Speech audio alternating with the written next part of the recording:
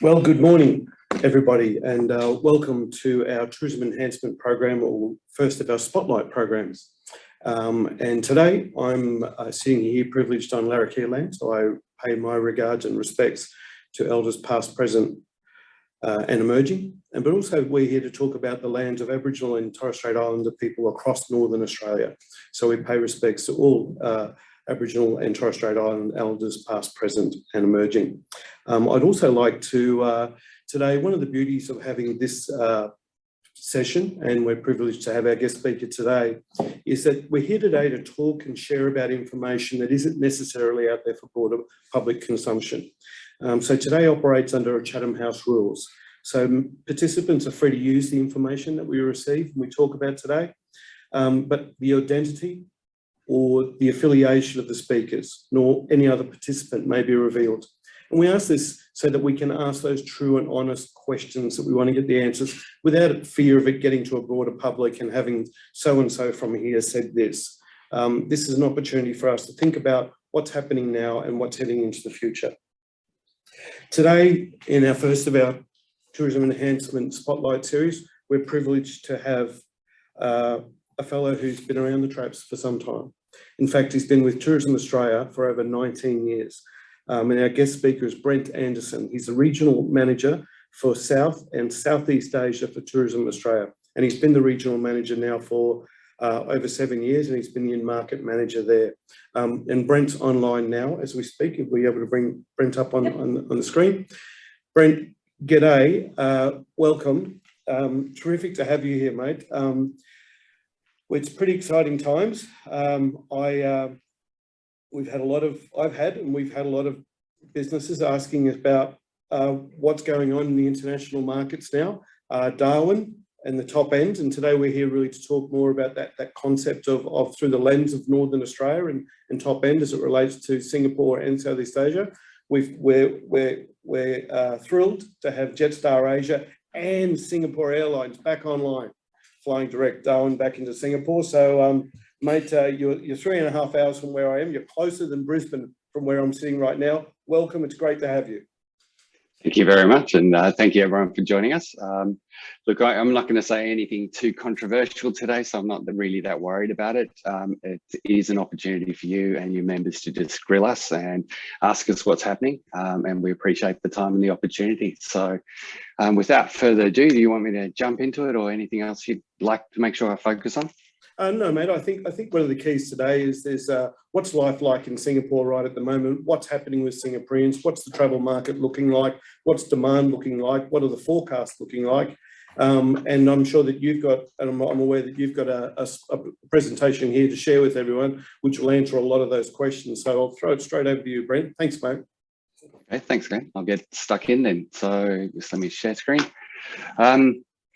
Singapore was one of the first markets to reopen. So we actually reopened for Singapore citizens on the 21st of November. So what we're seeing in that profile now and looking at the other markets I look after, India, Malaysia and Indonesia, that lead time we had has actually benefited Singapore as airlines recover.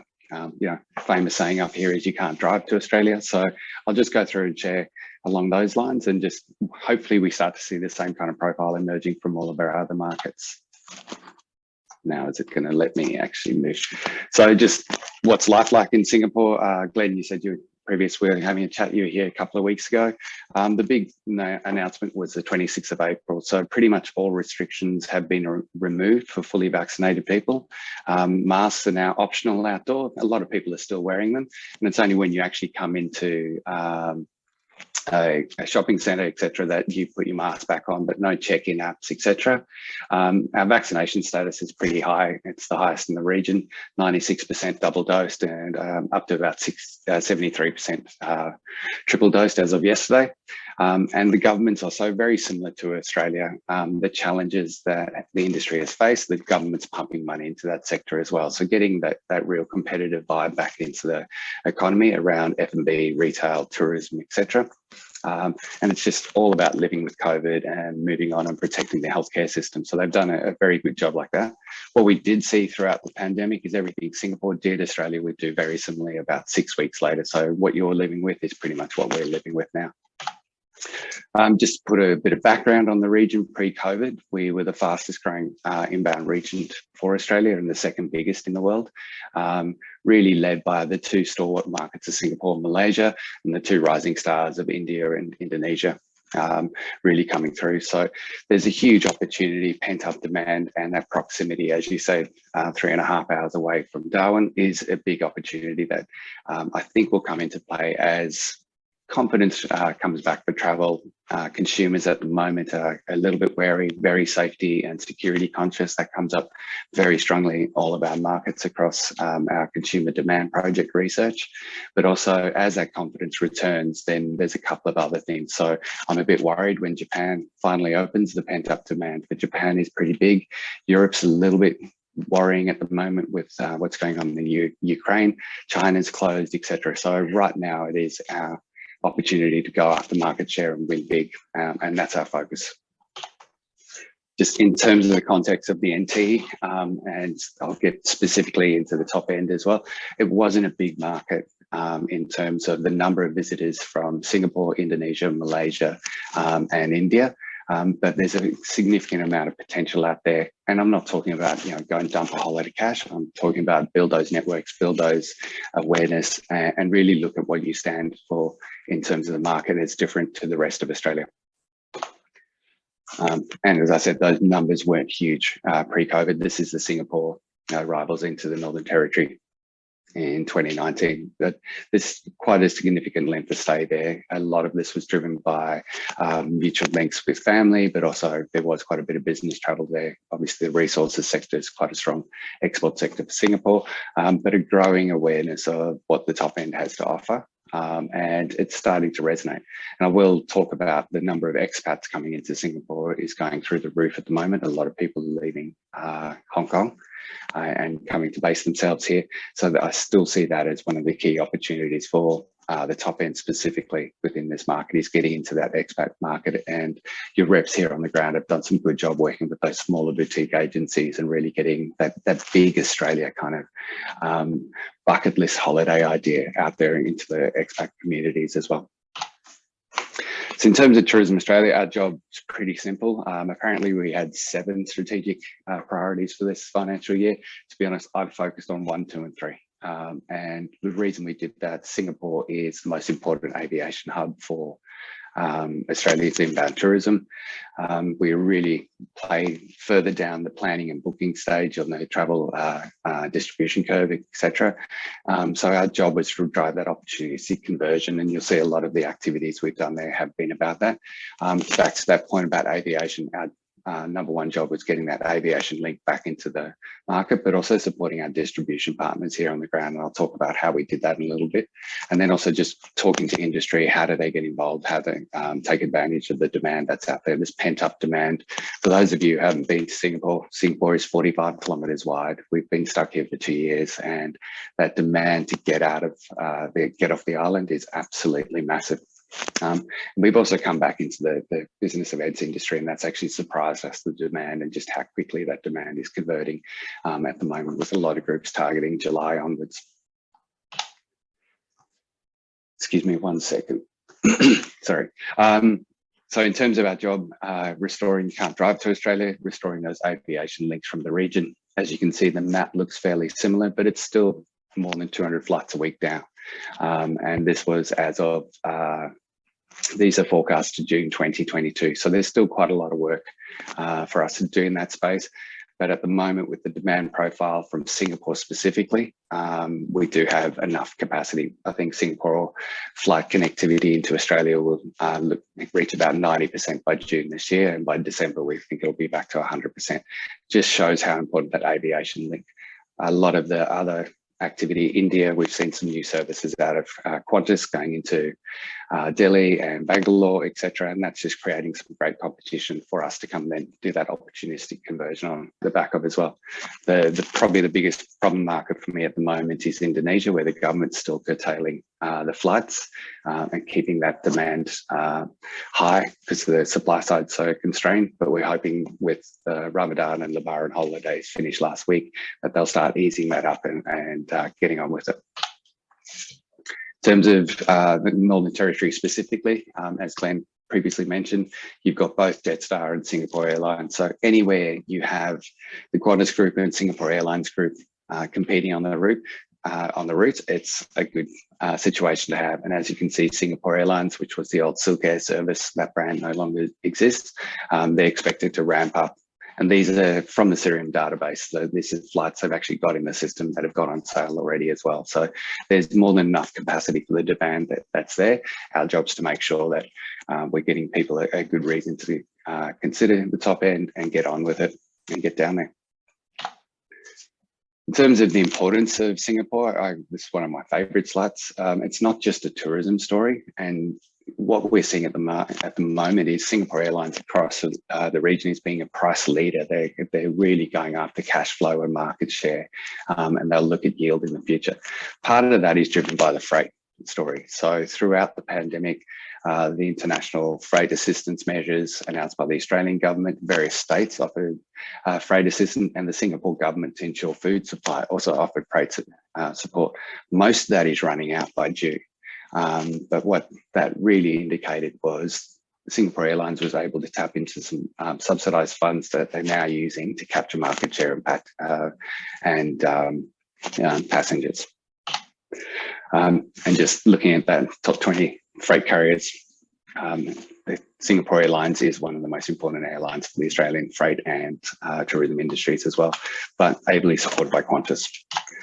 In terms of what we've been doing in the market, there's been a lot of new product development happening. I think one of the standout things that differentiated Australia was because of the domestic market surge, we didn't see this closure of product to the same degree that we did in other destinations and markets. We also saw a lot of upgrading and a lot of enhancements of product, and the Australian domestic visitors have supported that well, which means as we come out of the pandemic, we've had this really nice new fresh story to tell. Throughout the pandemic, we saw our early marketing activities went from we look forward to seeing you soon to almost entertaining, and we saw the view through rates on our advertising really go through the roof as commuters were stuck at home, not stuck in commutes to work, etc. And it was quite interesting. One of the best things that we had was the ability to retarget these people with the offers now the borders are open, etc. So there was a number of activities, and we're pretty fortunate in this part of the world where we have all states and territories represented on the ground as well. So we can bring a lot of scale to the Australian message and develop a lot of broader relationships through the 9 agencies, the federal and the 8 state and territory agencies. And we work very effectively as a pack. The images are from Chinese New Year that we had, and then just the various briefings. Probably the standout program throughout the pandemic in terms of a trade program was the Aussie Specialist program. We were quite amazed at just how our partners kept turning up to the training. Even some of those who had left the industry or had lost their jobs, etc., kept their qualifications because they knew it was going to be important for them to be fully qualified and allow them to get a job. In terms of how we worked our partners, we committed the funds that we had paused. We actually put in fresh new funds because we wanted to make sure that we were really going to get the phones ringing and that there was a qualified Aussie specialist to answer those phone calls when the markets did open. So when our partners had to make some tough decisions about their staffing levels, etc., because that funding was connected to a minimum number of Aussie specialists, the Aussie specialists generally did better in that process, not all of them, than other market specialists, etc., because it was guaranteed funds from Tourism Australia and our state and territory partners to drive that demand into their businesses when they came back. Some of the other activities we've done, obviously ATE, which we're all heading off for at the end of this week, starts next week. It's one of the biggest contingents we've ever had from the region coming down to ATE this year.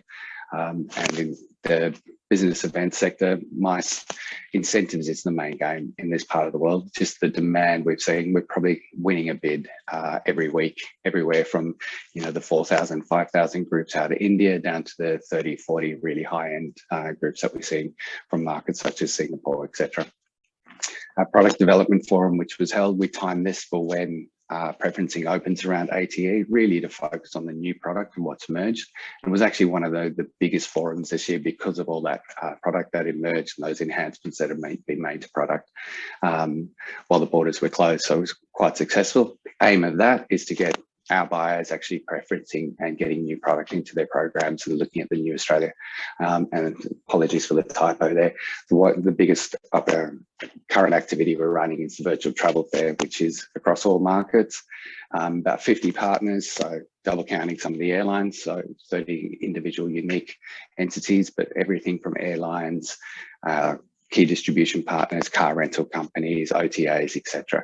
And the whole aim of this is to stimulate competition and drive immediate conversion from now up until 12 months' time. So the airlines really see it as an annual opportunity to build their forward bookings, and then they'll start yielding off that as the profile go. And I'll show you a little bit of how that's looking in the market.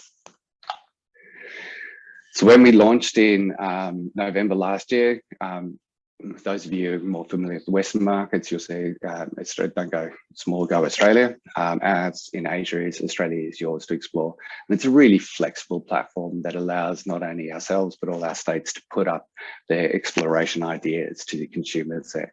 Our job at TA was to get those base campaigns up and running, and then the states would go and work with our KDPs or other secondary agents, etc., and just drive their messaging under this go and explore kind of messaging framework. Probably the biggest budget we've ever spent in Singapore. One of the advantages of being one of the first markets to open is there's a lot of focus, and we were able to do it. To put it in context, we got double our Singapore budget, or traditional annual Singapore budget. We had about 6 or 7 months to spend it. So it's been a very, very aggressive reopening from Tourism Australia point of view. And it's brought a lot of our partners, including the states and territories, our KDPs and our airlines along just to focus and win that consumer share of mind. And it was everywhere in Singapore throughout. Outdoor, digital, we led with social. We were really proud that we could launch within 24 hours, and that wasn't just us, it was also our partners were able to launch their social channels as well with compelling offers to capitalize on that immediate demand. We knew the consumer confidence would be a little bit cautious, and just some of those frictions, as we call them, so PCR testing, etc. As soon as Australia scrapped the need for PCR testing inbound, our agents reported sales doubled the next day. So just that relaxation of measures and that consumer confidence is really important to build momentum around and get moving. Obviously with Singapore Airlines, one of our biggest and longest running partnerships in the world, going to all of the destinations, and this includes the Scoot group within the Singapore Airlines group. So we had a variant there, and all the states are now rolling out their variants as well. So at the moment, I'm seeing a lot of Queensland on social media. New South Wales is obviously proactive as well. But it was also designed for our partners to pick up and run. So examples here from Klook, one of our newer partners, which is very experiential focused, and Chan Brothers, who is our biggest conversion partner in the market. And we're pretty fortunate in this part of the world where our biggest partner is also one of our most innovative. They like changing it up so we can do some new things. PR's played a huge role throughout the pandemic, but especially into the reopening. Suddenly all the journos went to travel again. We've got a massive contingent coming down. Actually, they left yesterday to go down to Australia as part of ATE, etc. But getting that story out there, getting that emotive holiday, and expecting a consumer that has a massive pent-up annual leave balance, has high savings. I think household savings reached 46%, the latest data I saw throughout the pandemic. The luxury car sales and renovations here are absolutely ridiculous, but it just shows that there's this money burning a hole in the pocket. And when we're looking at the packaging, traditional length of stay for a holiday visitor from Singapore was about 8 days. What we're seeing is an average of about 12 to 14 days emerging as people have that extra leave to do and really want to reward themselves with that holiday for surviving the pandemic. This was the initial burst, and this slide's probably about 3 months out of date. So there's a huge number of media we've got coming down, both from lifestyle, travel trade, but also broadcasts we're talking to at the moment. If you think about these people's livelihoods as riders, or especially travel riders and lifestyle riders, we're curtailed as well. So their demand to write content or produce content is really high. And between ourselves and the states and local regions, we're really facilitating all of those opportunities around some key pillar messages to ensure that we include them as well. So just looking at those key pillars. Sustainability is one of the key areas that has really captured consumer interest and demand. And it's how we actually push that through and how we do it. The interesting one for us has been the Indigenous story and Australians First Nations people. We've always been somewhat, there's a story to tell, but we're not very good at doing it. So through our work with our head office and engaging with Indigenous operators, just getting my team comfortable and talking about that. There's a lot of respect for cultures in this part of the world. And I think my team was a little bit reticent to get it wrong, but just getting that coaching directly from Indigenous operators and our head of Indigenous in Sydney has got that comfort level. What we've seen is this linkage of sustainability and Indigenous really coming through as a strong message that positions Australia. And I think it's something that the top end needs to have a really hard look at how do you position in that area as well. Trade partnerships, I've already covered them off. We're a very partnership-driven part of the world. And from the perspective of Tourism Australia, we need our partners. We actually use them as media channels, and that's how we create trends in the markets. It's not just our marketing dollars going out, but also theirs. So everywhere the consumer looks while researching, they start seeing the same messaging coming through. I'm just going to show you to the last point. I'm just going to swap screens and talk about the return of demand that we're talking about. So we have this, and Gareth, you're the only person I can see on the video screen. Can you see that table okay? Just thumbs up, is that right? Okay, thanks. So this is the forward keys booking data. So what this is looking at is each week of the year compared to the corresponding week in 2019. And just what were the bookings? It is, I will just be cautious with Singapore. It's only got 44% of the airlines data, but it's a really, really good indication of what the booking patterns are coming out. And this is that return of demand for Singapore that you're seeing compared to the same week in 2019. For a number of weeks, we were tracking over 200% in bookings as it came up. Now, I should point out the school holidays start late May, early June here, and then the expat holidays starting in June into July in this market. So that's part of it. And we were looking at what those bookings were at in this figure here in the next 3 months. So now we're getting into that July figure from here. But you can just see the pent-up demand in Singapore, being a small market, no domestic competition in terms of everyone's sick of staycations here as well and just wanting to go and explore. We're seeing different profiles from the region. India just keeps delivering. It's hovering around that 60 to 70%, but they're all coming in very short term. A lot of VFR, but it's also stimulating some of the holiday travel. Indonesia, just bear in mind, I have 2 flights a week with Garuda and 4 flights a week with Qantas by June, etc. So what the available capacity to buy is very, very low from Indonesia. So whilst I look at those figures, I'm disappointed. I'm hoping with the Indonesian government allowing more flights in the short term, we'll start seeing that really come up as well. And then Malaysia just keeps delivering, etc. This anomaly of the drop down to 15% is it was Ramadan holidays last week. So people were looking more focusing time with their family, etc. I'm going to leave it there and then just let you guys chuck some questions at me. Matey, thank you very much. That was a very comprehensive presentation. Awesome. I've got a few questions people did put in the pre-registration, Brent, if that's okay, and I might kick off the batting with that. But before I do, I think one of the things that I take away from your conversation, from your presentation there, was that the resilience of the Singaporean tourism travel industry, that unemployed, they were still turning up to the Aussie specialist programs. And in my experience in being a salesperson in a previous life, traveling to Singapore regularly, the passion that's amongst the product managers for Australian product, new concepts, new ideas, new programs is enormous. So that was a great little insight for that. Thank you very much for that.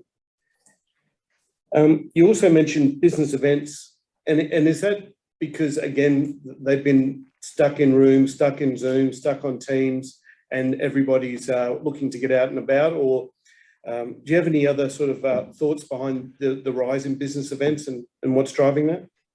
Two things. One, yeah, it's a great way to reward your staff. And if you think about it, I used to have the saying: if Australia didn't appeal as a holiday destination, it's not going to appeal as an incentive destination. You're not going to motivate your sales team to hit target, saying, "Yeah, I'll take you down to the local pub." It's something that has to work as a holiday destination. That maybe we're not cheap. I never apologise for Australia's cost. It's a value proposition that we pay, and look at visas from some of the parts of the world, what those costs are. Australia isn't a cheap holiday destination. I don't think we ever want to be. I think the other aspect of it is handing out cash, and companies did that to keep their star performers, etc. But if you give them salary increases, you've got a long-term liability and there's tax payable by the employer. Whereas an incentive can be written off as a work training program, a work motivation program here. So in all of the markets, it works that way. And it's why it's quite appealing for the companies, mainly insurance companies, etc., pharmaceuticals, to incentivize their staff in that way. Yeah, right. Okay, great. Makes perfect sense. It's not just about the money; it's about the reward and the company values in travelling abroad, especially in a place like Singapore or Southeast Asia. Get out and see a different culture. The sustainable tourism and Indigenous tourism. This is a significant and a very appropriate focus from Tourism Australia. Here in the Northern Territory, fellow Territorians, Aboriginal Territorians represent 33% of our population versus a national average of 3%. We talk the big game. We have a very big commitment to developing Aboriginal tourism. What do you think that Singaporeans' understanding of Indigenous Australia is, and what kind of experiences are they looking for? Do you have any thoughts around that? It's really early days for us in terms of getting that story out there and getting comfort. I'll give you an example from a number of years ago of the challenge we've had. We launched a self-drive website during the GFC. And the SPH group was putting their teams onto forced annual leave or all these kind of measures to save costs.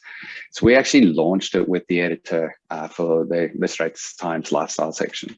And this young 24-year-old female journo won this trip, and she'd gone and used our site to research from Adelaide up to Wilpena Pound in South Australia. And along the way, we ended up sending her, and because she was a 24-year-old doing the self-drive, we sent a male cameraman along with her. And we just put in there this Aboriginal cultural centre stop-off as a suggested thing. And at the time, my team just said, look, I can't explain it to you, but go there. I've allowed that's the only thing before you get to your comm later that night, etc., and see what you came. When she came back, she, instead of just having a stop off and a quick meal break and a toilet break there, etc., she spent 4 hours there. And she just said she totally understood why, for us to talk about it, and my team at the time, it was so hard, but such an immersive, that connection to land, connection to country, the spirituality and that custodianship message that came through. And in this case, she met a guy who was trying to document his local language, so it wasn't lost. And it was just those kind of stories are starting to resonate. And I think what we've seen throughout COVID is Singapore's, everyone, when you talk sustainable, just goes straight to the environment. That's a key part of sustainability. But also the sustainability of cultures and knowledge that have been developed over 40 to 60,000 years. That message is starting to get a lot of recognition, and I think it's because of the pandemic, people started to look at beyond the consumerism, the worldly goods. What am I doing better? And we saw a lot of high-profile things with dolphins back in Venice and things like that. So there is a way of doing and emerging stronger. And I think Australia's credentials are just so strong in this area, plus the cultural preservation and the cultural story and the pride in Indigenous culture that's starting to emerge. That's a really, really powerful story. Yeah. And unique. Yeah, and absolutely unique, right? Yeah, absolutely. One of the things that I often, when I talk to people about Singapore and Northern Australia, the top end, Darwin, they go, yeah, Singaporeans, it's the same weather. We don't have big shopping centres. In this resurgence of all that great activity that Tourism Australia is doing, of course, Tourism Australia's remit is for all of Australia. what areas in Northern Australia are, if you like, getting some traction, and what are your thoughts on how when we share very similar climates and don't have the big shopping centres, how do we talk about ourselves to Singaporeans and Southeast Asians? I'm going to give you an anecdote from a Singaporean friend of mine. So his son and my son went to kindergarten together, and they on a whim booked to Darwin, and they're quite mature travellers. And this is pre-COVID.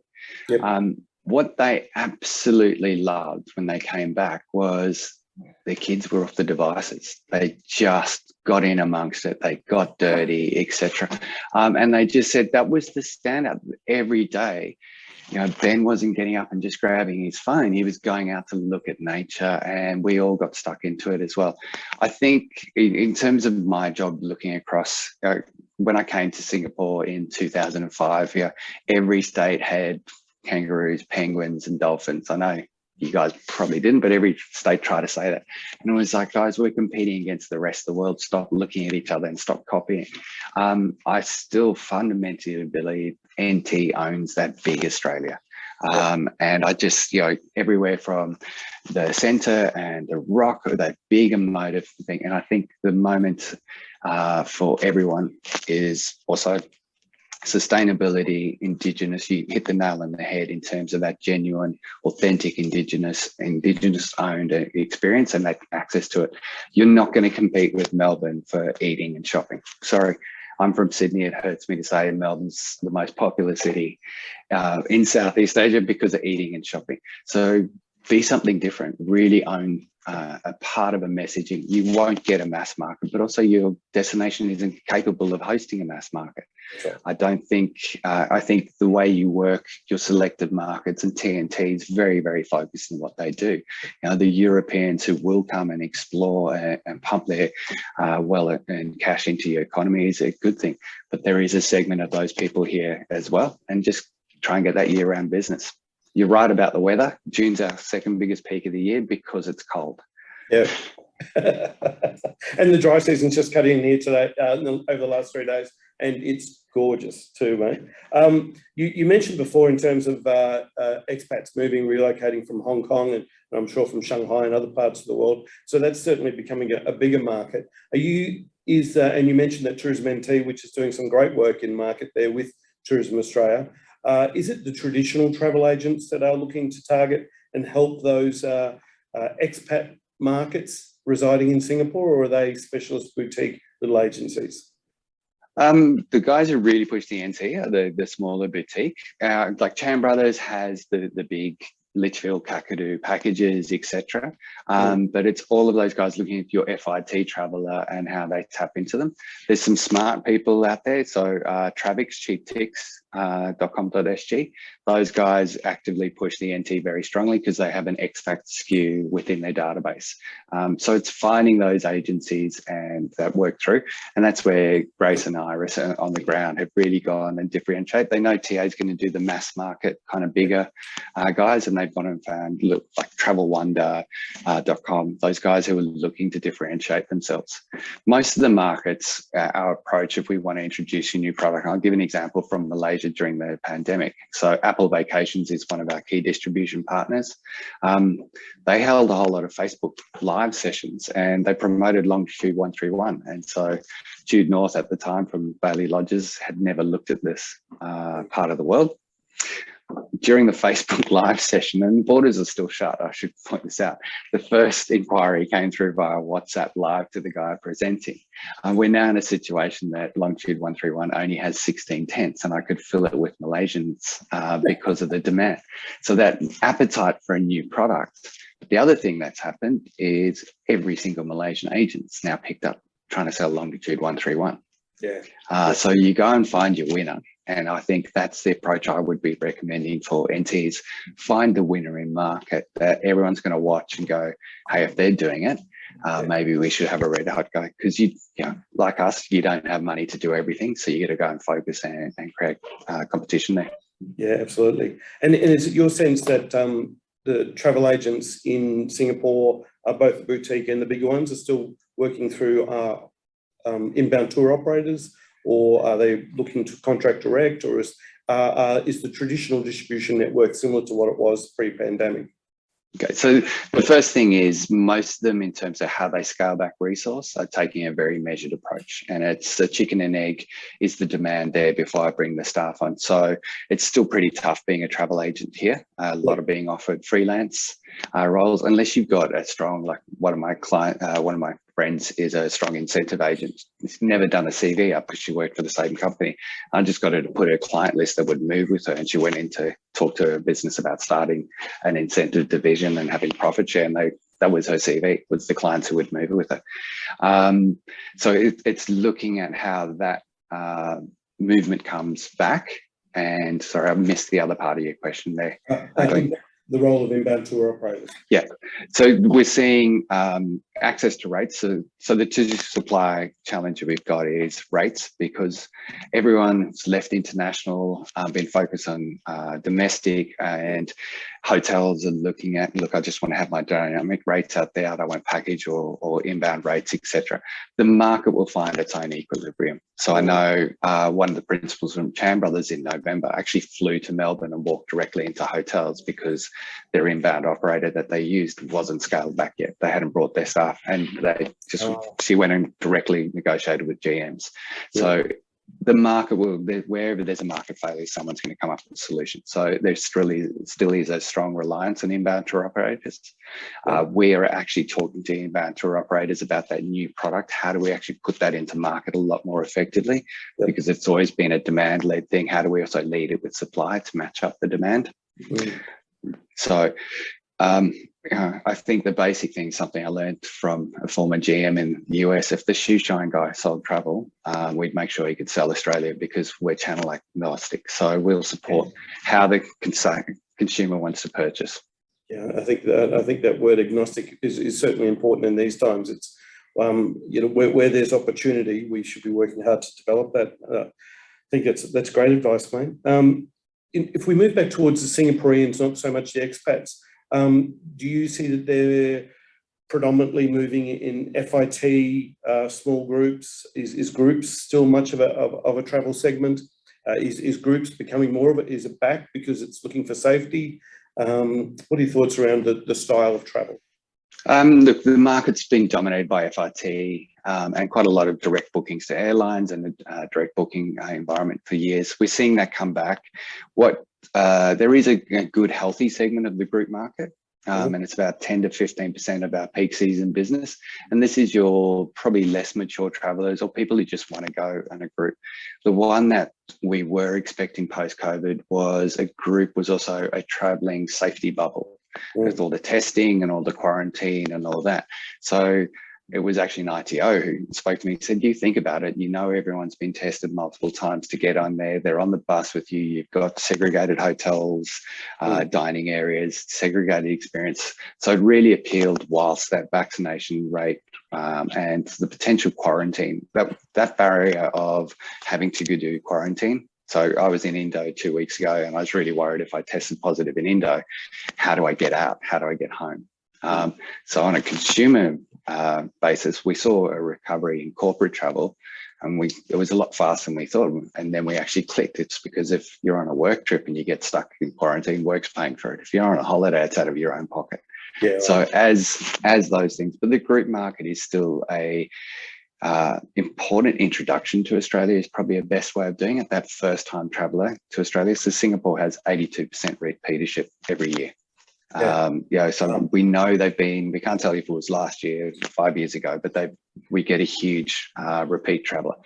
Normally for those ones who come in group, they will come back as FITs and explore somewhere different, or instead of bouncing through 2 to 3 states, go and do one destination and a 2 to 3 hour radius really, really well.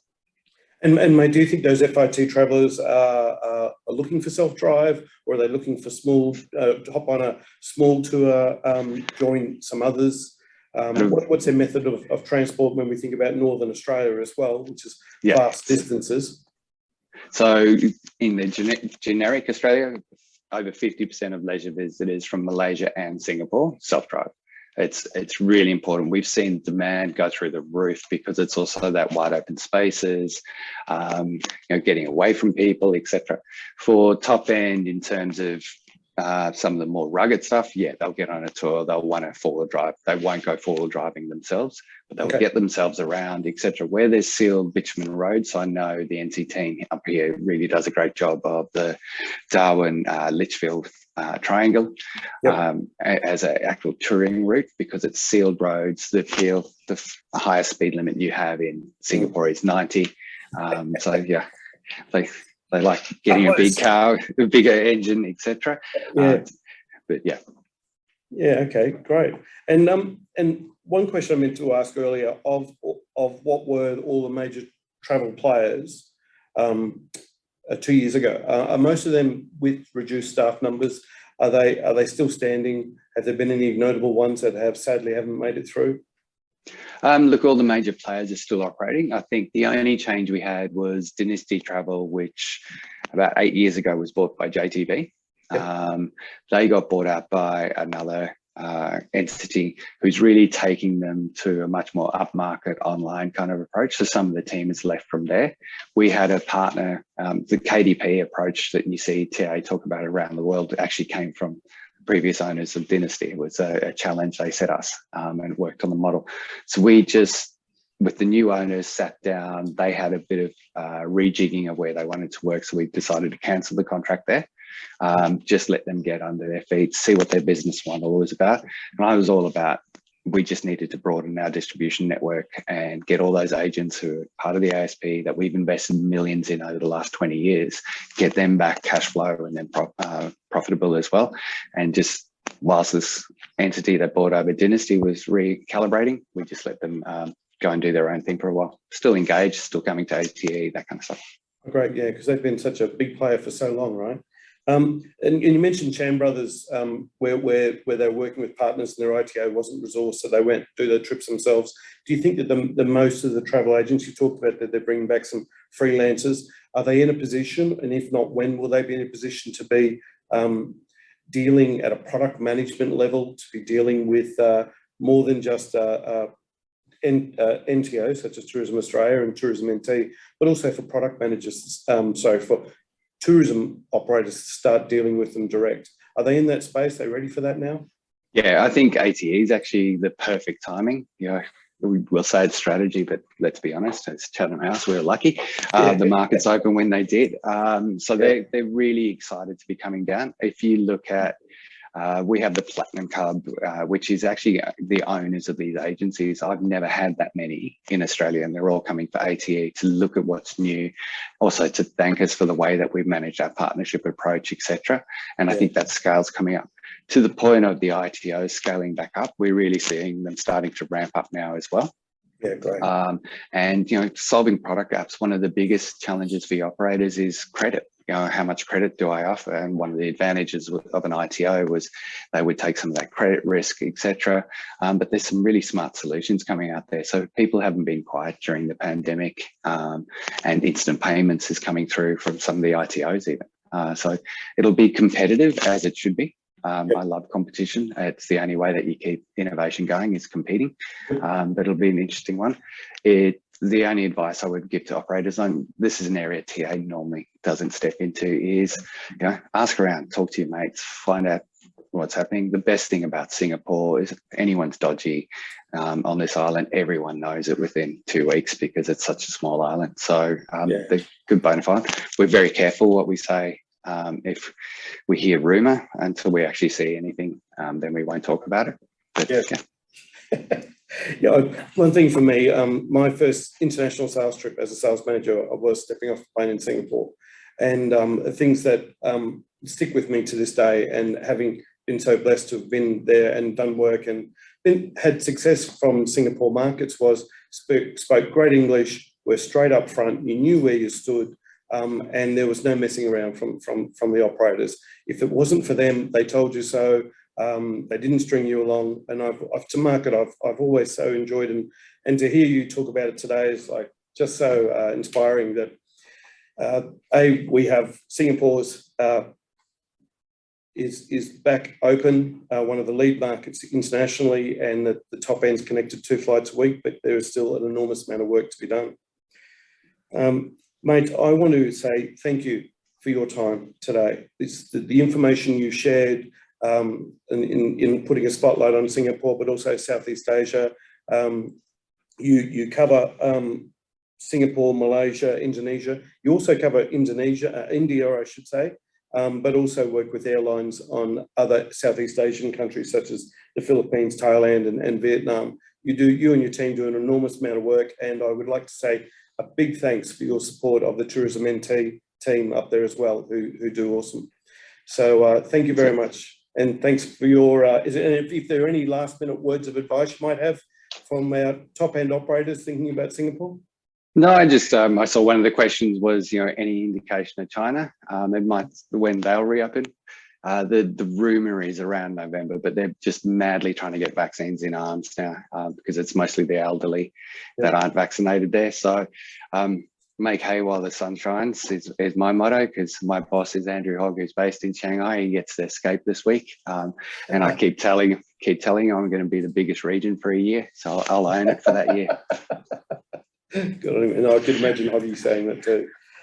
Great, mate. Thank you so much for your time this morning, and thank you to everyone joining us online. We hope to see you in the top end very soon.